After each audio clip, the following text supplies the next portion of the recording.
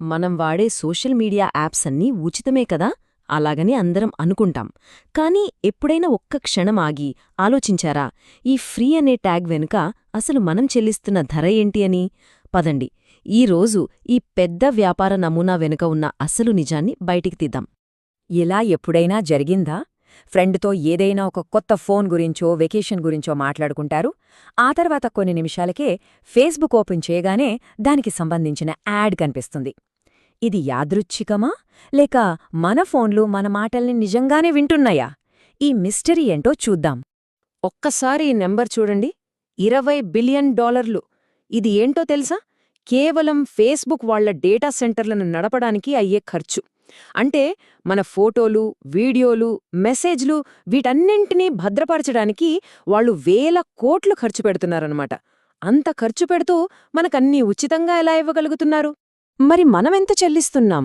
$0 కూడా కట్టక్కర్లేదు. మరి వాళ్ల $20 బిలియన్ ఖర్చుకి మనం చెల్లించే ఈ సున్నాకి మధ్య ఉన్న గ్యాప్లోనే అసలు రహస్యమంతా దాగి ఉంది. ఇక్కడే అసలైన ఆట మొదలవుతుంది.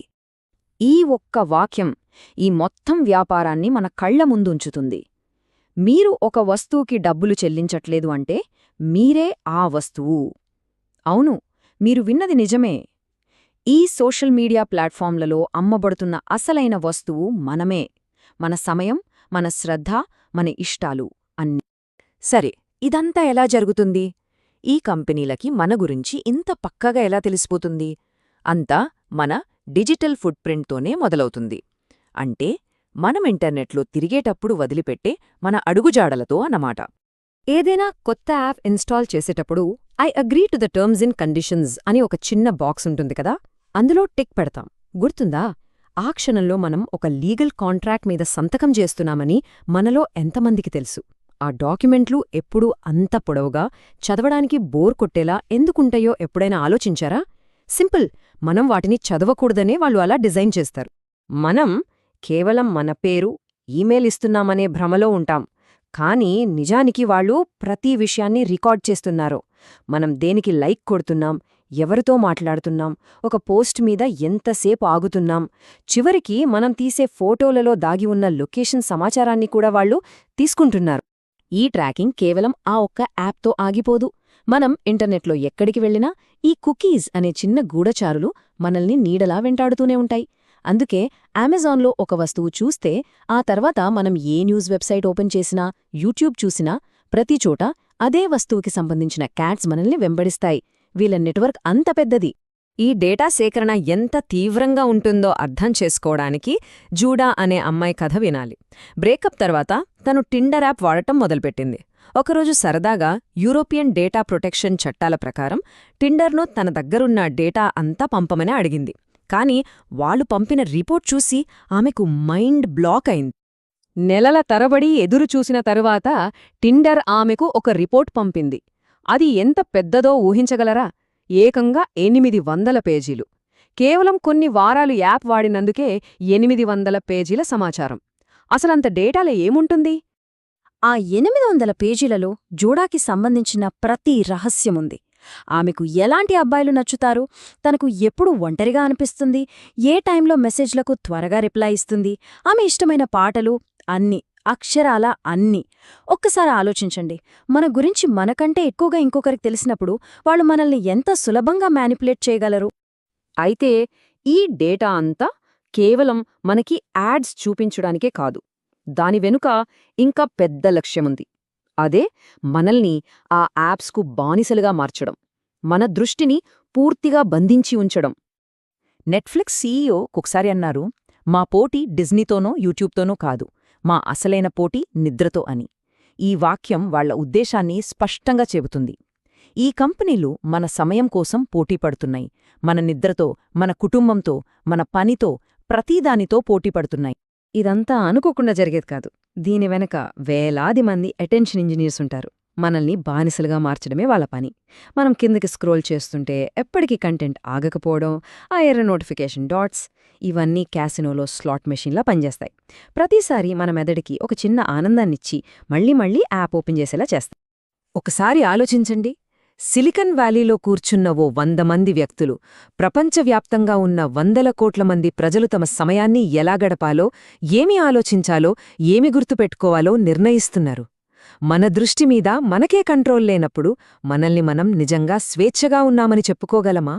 ఈ ఆట కేవలం మనకి వస్తువులు అమ్మడంతో ఆగట్లేదు. ఇది ఇంకా ప్రమాదకరమైన స్థాయికి వెళ్ళింది. ఇప్పుడు మన ఆలోచనల్ని మార్చడానికి, మన అభిప్రాయాల్ని నియంత్రించడానికి, చివరికి ఎన్నికల ఫలితాలని కూడా మార్చడానికి దీన్ని వాడుతున్నారు. ఈ అల్గారిథంలు మనల్ని ఒక ఎకో ఛాంబర్లో, అంటే ఒక అభిప్రాయాల బుడగలో బంధిస్తాయి. మనం దేన్నైతే నమ్ముతామో అలాంటి కంటెంట్నే మనకి పదే పదే చూపిస్తాయి. దీనివల్ల మన నమ్మకాలు ఇంకా బలపడిపోతాయి.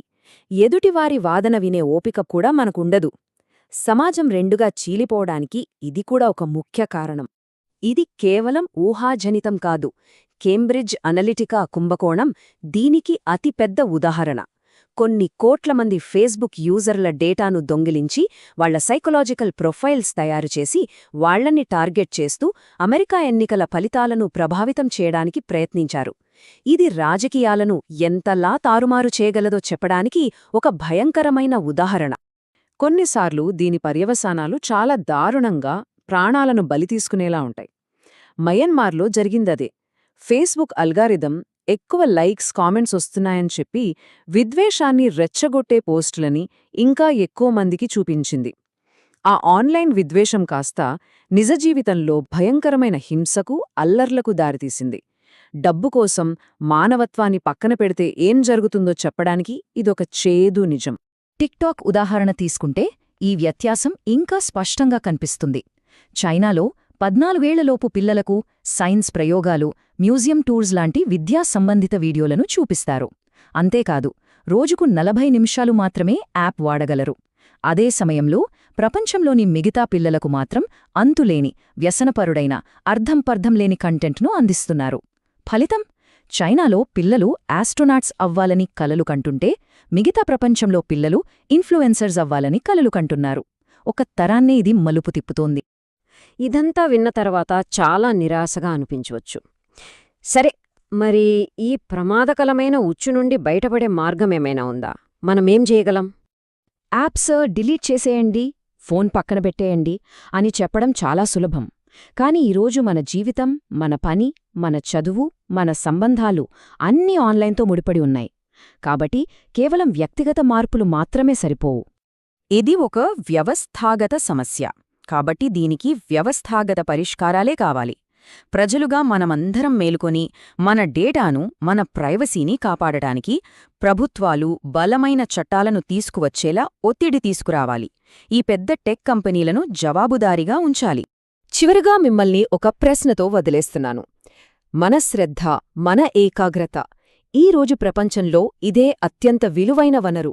మరి అలాంటి విలువైన మన ఆస్తిపై నియంత్రణ ఎవరి చేతిలో ఉండాలి?